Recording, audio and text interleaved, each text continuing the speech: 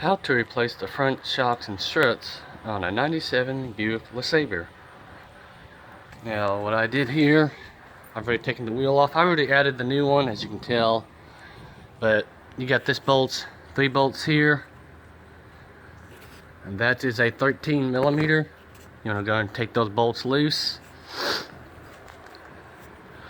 And this one here is going to be a 23, I believe it is, 24. With these bolts here. What I did, I took a 22 millimeter socket, put it on this end, and spun this nut off here on both sides of it. Then I had to kind of wiggle it around for this control arm to pop off the shock on there. And I was able to free it, get it free, just kind of shimmy it through. It's kind of hard to show it when I'm only one person. But after I got those 2 bolts off and the 3 on top, I was able to kind of shimmy this and get it out of the way. Now to get the new one on, I wasn't so lucky. I actually had to take the tie rod off. Therefore I can just feed it right through this way and up it goes.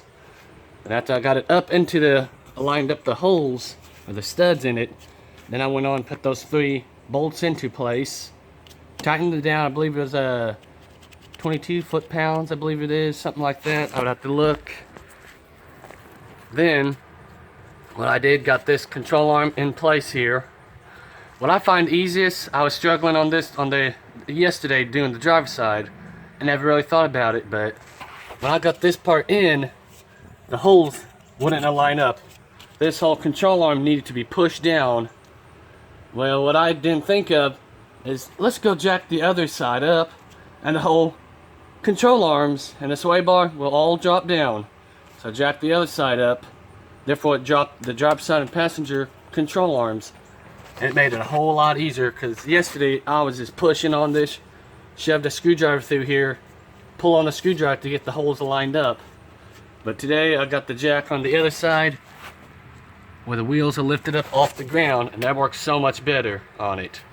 Now after you get these installed, you will need an alignment done, or I guess what is it called, where the wheel tilts back and forth on it. The alignment, as if your car is drifting one way. This one here is, I believe, I forgot what they call it. I don't know it off the head.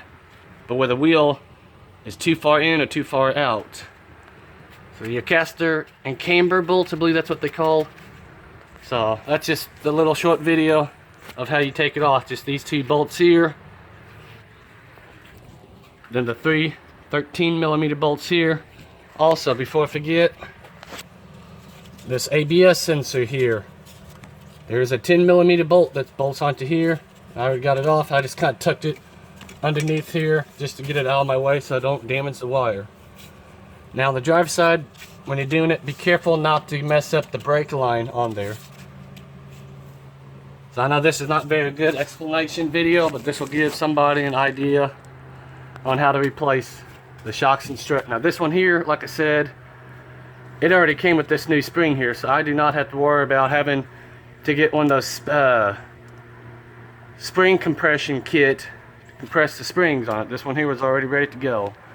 Now to do that, what I advise you to do, since this is got a lot of tension onto it, take your spring compression kit and go and compress the kit. Make sure your pins are locked in so it holds on to the bar of this. Then in the middle of here, I ain't gonna take this off just for a reason, but there's a bolt in here. You do not want to take that off unless you're actually going to take the springs off. But don't just take this off thinking, okay, I'm just gonna switch it out by taking out that middle bolt, because if you do that, that could actually kill you if it goes in the wrong way and comes flying at you. So that's why I got this whole set here, therefore I don't have to worry about compressing the springs and all that. So hopefully this video helps you out. Thanks for watching.